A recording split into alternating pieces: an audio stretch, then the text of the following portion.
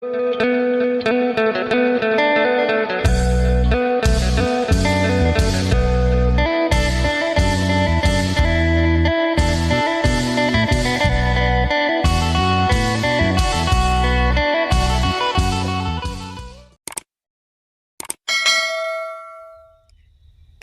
สบายดีและสวัสดีเด้อพ่อแม่พี่น้อง FC กันเมื่อสุขูสุคนบ่ว่าทางฝั่งลาวทางฝั่งไทยหรือต่างประเทศยินดีต้อนรับเข้าสู่ช่องบ่าวจำม่ำอีกแล้วเนาะตอนนี้ก็มาฮอดเฮือนฮอดชาติแล้วเนาะโดยก็สิเข้าไปหาแม่เฒ่าเนาะมีของขวัญไปให้แม่เฒ่าโดยต้นมะขามเป็นผุ่มเลยใบมะขามอ่อนพ่อแม่พี่น้องเลยต้มอึ่งเด้นี่ใบมะขามมันอ่อนเงินบาทจะมั่มรถเที่ยวบอกว่าเลยเพิ่นจกดินจกดอนฝุ่นเต็มใบมะขามอ่อนเฮ้ยจะบอกเก็บใบมะขามอ่อนเมื่อไหร่กินใส่ต้มนั่นต้มนี่เศษต้มปลางามได้นี่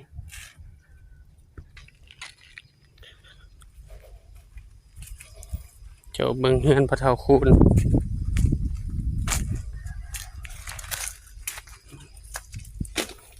ฝนก็บ่ตกพระอิตูเป็นก็งามเลยพระอิตูหัวชิงไข่ติดมันแล้วขา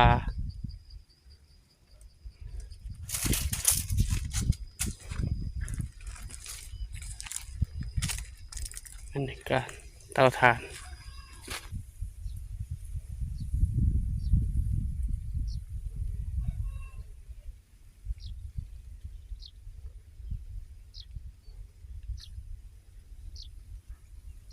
เฮ็ดหยัง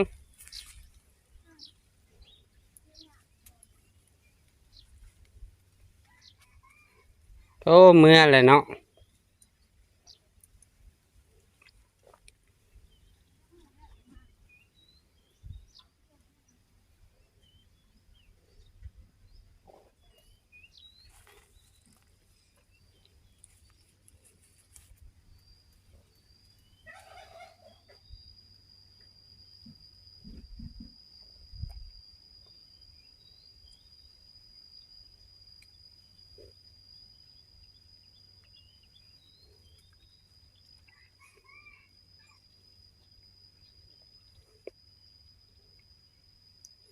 น้องอันนาอยู่กับมัน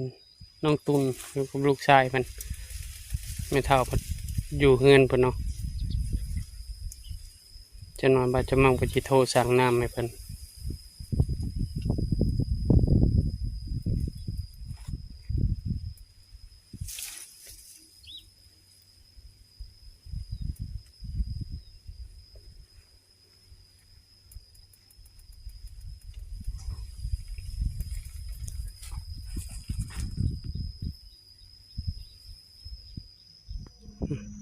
ไม่เท่าเป็นเฮ็ดหยังเด้เนาะ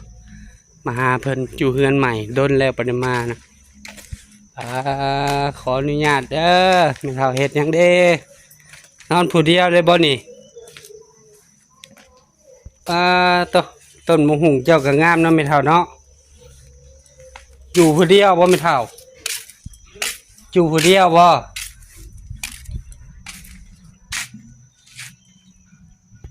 เสียงก็ยังอันนั้นอยู่เนาะยังเจ็บคออยู่บ่ไม่เท่าอืมโดยมาแล้วอันนี้มันสิตายค่อยมือสามสี่คืนค่อยก็มามาฮดเช้านี่บ่มาแล้วนอนก็เราจะต้องทุกมือโดยเห็นเพิ่นอยู่ว่าสั่งน้ำโทรสั่งน้ำให้แล้วจะหน่อยเพิ่นมาส่งว่ะ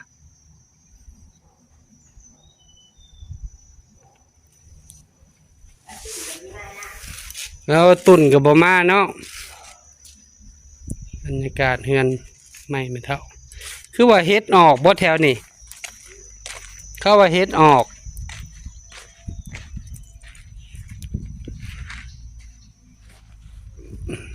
มาหับเป็นเท่า เมื่อเตาถ่าน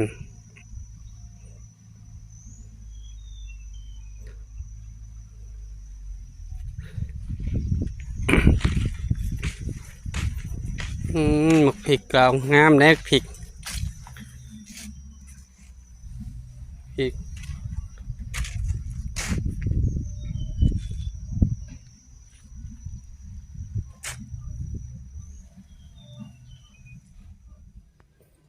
มาชงไม่เท่าฮอดแล้วเนาะก็ฮอนเอาคือเอาเฮ็ดได้นี่ไม่เท่าหนึ่งเข่าเหรอ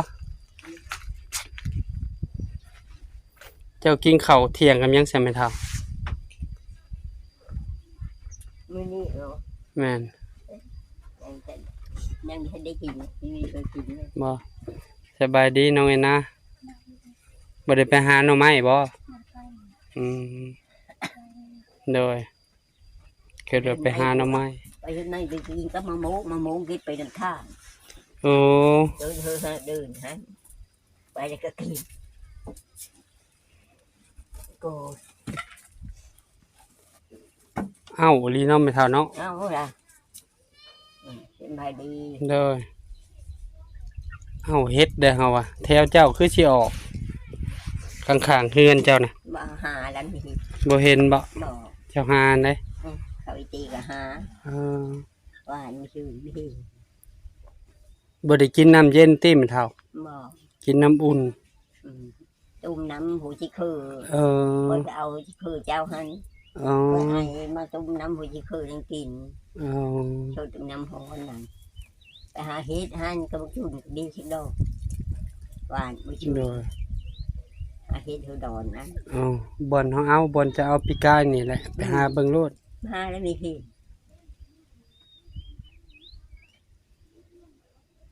เอ้าคือเอ้าเฮ็ดเฮาแนมเบิ่ง เอาเฮ็ดเอาเพราะว่าคนที่ทุกคนดีทุก เออ เอาดีได้ โดย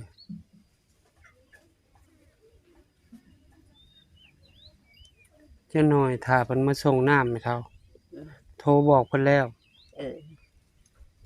ถังเครื่อง 1,500 ลิตรให้เต็มถังเลยเถื่อก็เต็มถัง ยังที่ เป็นนา ยังที่มือที่นู่น เมื่อแล้วเมื่อพุ่นแล้วไม่เท่าเอ้ย เอออยู่พุ่นบ่เที่ยวไปเที่ยวมาบ่ ก็บ่ได้อันนั้นท่าเวียก เออ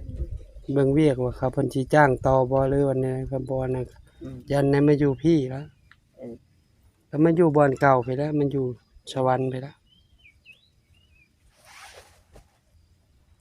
โทรหาปะเฒ่าคูณยามแรงจะน่าว่าสิโทรใหม่อีกก็ได้บ่ เห็นว่ามีฮับบ่ โทรบ่ได้ปิดเครื่อง เจ้าก็พ้นตกแถวผู้ อะไรเดี๋ยวกูได้คือเฮาจ้ะกูสิบ่ได้ พาปะเฒ่าไปดงลิงเมื่อวานไปสุย อืม ออกไปพุ่นเลยไปดงลิง ไปลงดิ่งลงเมืองไปแล้วเนาะ แม่นออกมาสุยเลย เออ มาทางหลัก35มาแว่เจ้าแล้วก็เมื่อเลยได้วานนี่ ไปหาแทะ ไปพุ่นเลย ไปหาที่ ออกหลัก35เมื่อบ้านเราพุ่นเลยออกมาทางบ่อหินก้าว อืม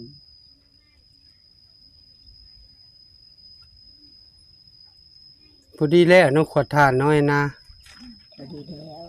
เนาะเอาเจ้าเอามือไว้ดังหันยังไม่ทันได้ยิบ โคมก็ไปสากเด้อเห็นบ่สากแล้วก็ไปนอนเว้นอยู่หั่นตุนก็ นอนหันแล้ว ไปนอนลิ่นอยู่หั่นมันเย็น นอนดินอยู่หันวานนี่เพิ่นมีตื่นอยู่มาอีน่ายิบทันได้ยิบเบาจงให้เจ้าชอบเพิ่งวิชา ใจมันเท่าไอ้ ค่อยก็ได้ทานเท่าเดือเผาอีมันมีไม้นะครึ่งนึงแล้วก็แก้ออกก็เผาได้ทานเป็ดชอบ อ๋อ แล้วก็ไปชมเพื่ออีดูหันอยู่อัน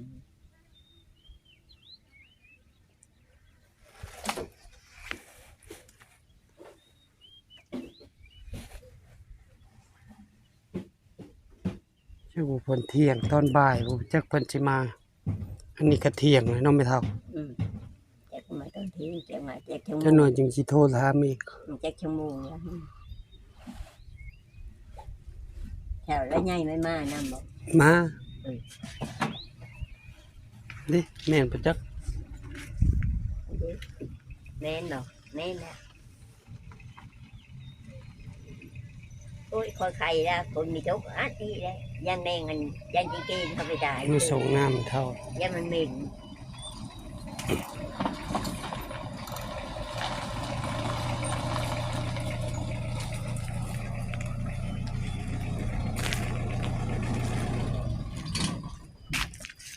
ลงนี่1,500 ลิตร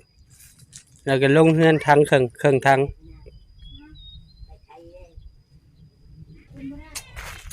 ไปเมาทางใด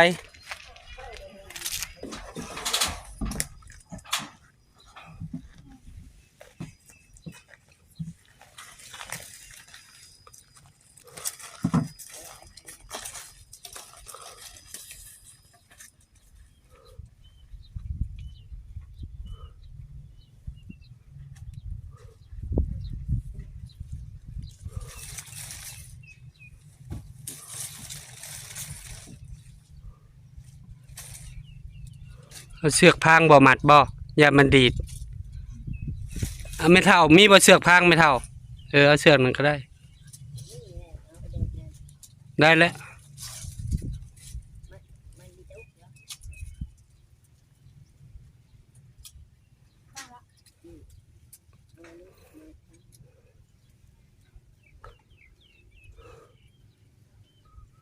ว่ะคือสิโทรบอกกันแสงบ่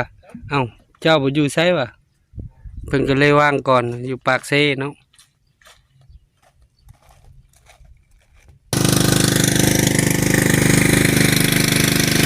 ใจเนาะไม่เท่าได้น้ำใส่แหละได้น้ำมาเข้ามาน้ำมาใน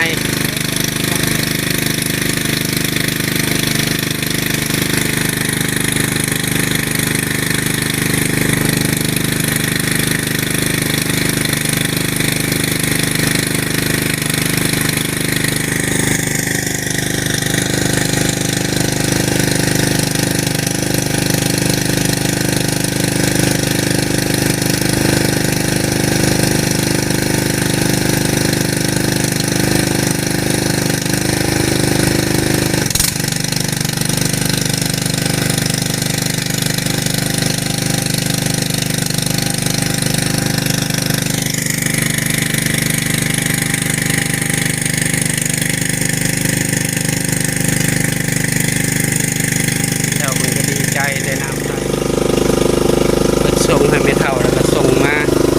ห้บ่าวจะมั่มต่อนี่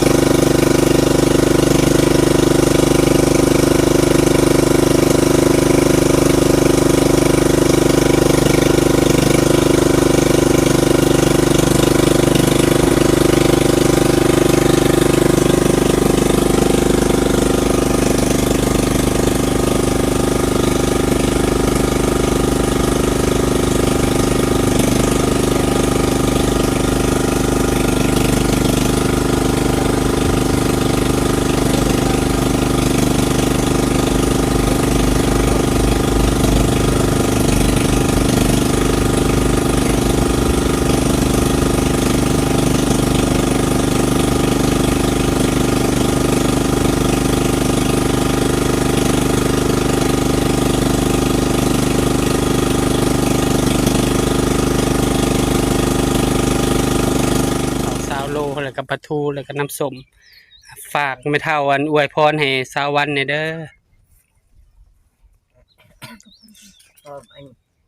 คุณชาวบ้านเราช่วยไปตู้น้ำก็ได้แล้วไปตู้ก็ดีใจแล้วเขาเจ้าโลปลาทูช่วยก็ขอให้ชาวบ้านนี้เขาอยู่ดีมีแห้งเลยทุกคนใดใครยังมีเด้อสุขภาพแข็งแรงต่อไปนี่หาสิ่งใดก็คือได้สิ่งนั้นเด้อคือดำเพื่อลุยคือมันคือยืนเนื้อ โดยสาธุ มันก็คือดีมีใจบุญเรื่องมีเท้าก็คืออยู่ดีมีแห้ง โดย เห็นแห้งเลยจ้อยคืออยู่วันยืนเลย โดยขอบุญขอบคุณเนาะป่าวันที่ซอยเติมน้ำให้แม่เฒ่าค่ำซื้อข้าวแล้วก็ปลาทูแล้วก็น้ำส้มเนาะแล้วก็เติมน้ำให้บ่าวจะมั่มก็ขอบุญขอบคุณป่าวันในเพิ่นอยู่ดีมีแรงสุขภาพร่างกายเข้มแข็งเนาะไปใส่มาใส่ตลอดปลอดภัยมันยืนแต่ป่าเด้อขอบุญขอบคุณหลายๆเนาะที่ ที่ซอยดูแลแม่เฒ่าคำครอบครัวแม่เฒ่าคำครอบครัวบ่าวจะมั่มตลอดมาเนาะโดยมาฮอดนี้ฝากพ่อแม่เป็นกำลังใจให้ครอบครัวแม่เฒ่าคำบ่าวจะมั่มโดยฝากกดติดตามบ่าวจะมั่มเนี่ยเด้อกดไลค์กดแชร์อย่าลืมกดกระดิ่งเพื่อบ่พลาดคลิปใหม่ๆของบ่าวจะมั่มกับแม่เฒ่าแล้วก็พร้อมด้วยน้องตุนแล้วก็น้องแอนนาเนาะเจอกันคลิปหน้าเด้อขอกล่าวคำว่าสบายดีเด้อแม่เฒ่าอยู่ดีมีแฮงสบายดีน้องตุนบ๊ายบายยิ้มงามๆกินมึงด้วยน้ำส้มนี่ใครแม่เฒ่ากินมึงด้วยใครกินมึงด้วยนะคนละขวดกินเนาะกินเลยนะมีแห้งแม่เฒ่าเอ้ยกินผู้ร้านกินน้องตุนใครแม่เฒ่าดูได้บ่ใครมึงดูใครแม่เฒ่าใครเองได้บ่ ได้อยู่ ได้บ่กินเลยแอนนาก็กินตุนกินเลยตุนแทบโอ้กินยกตุนยกมีแห้งไม่เท่าสุขภาพเข้มแข็งเด้อยังเป็นห่วงเป็นใยคือเก่าจำไม่เท่าผู้หนึ่งจำลูกจำหลานหักแพงคือเก่าคันเมื่อยกะบ่เฮ็ดมือใดมีแห้งจึงเฮ็ดแทบเนาะปลาทูกะเฮ็ดแห้งเด้อไม่เท่าเด้อเฮ็ดตากแห้งไว้เด้อ เบิ่งเฮือนเบิ่งซ่านให้อ้ายเด้อตุนเด้อจะไปนอนหลินอยู่หั่นแล้วก็ไปสากโทรศัพท์สากโคมสากหยังก็ได้อยู่หั่นเด้อเอาอยู่ดีมีแฮงอันนี้ก็สิได้ มืออีกองนี้ก็ดี โดยเอาอยู่ดีมีแฮงไม่เท่าเว้ยเศร้าซะให้ช่วงให้เศร้าเป็นไข้เป็นหนาวเป็นหวัดกะ วัดทางนี้ตายมือ กินข้าวหรือบ่เฮ็ดในแม่ปลาทูจังน่ะมันอันนั้นเอาเอือบไว้ไม่เท่าเอ้ยอยู่ดีมีแฮงเด้อเมื่อก่อนมือเฮือนเบิ่งซ่านให้ในเด้อเอา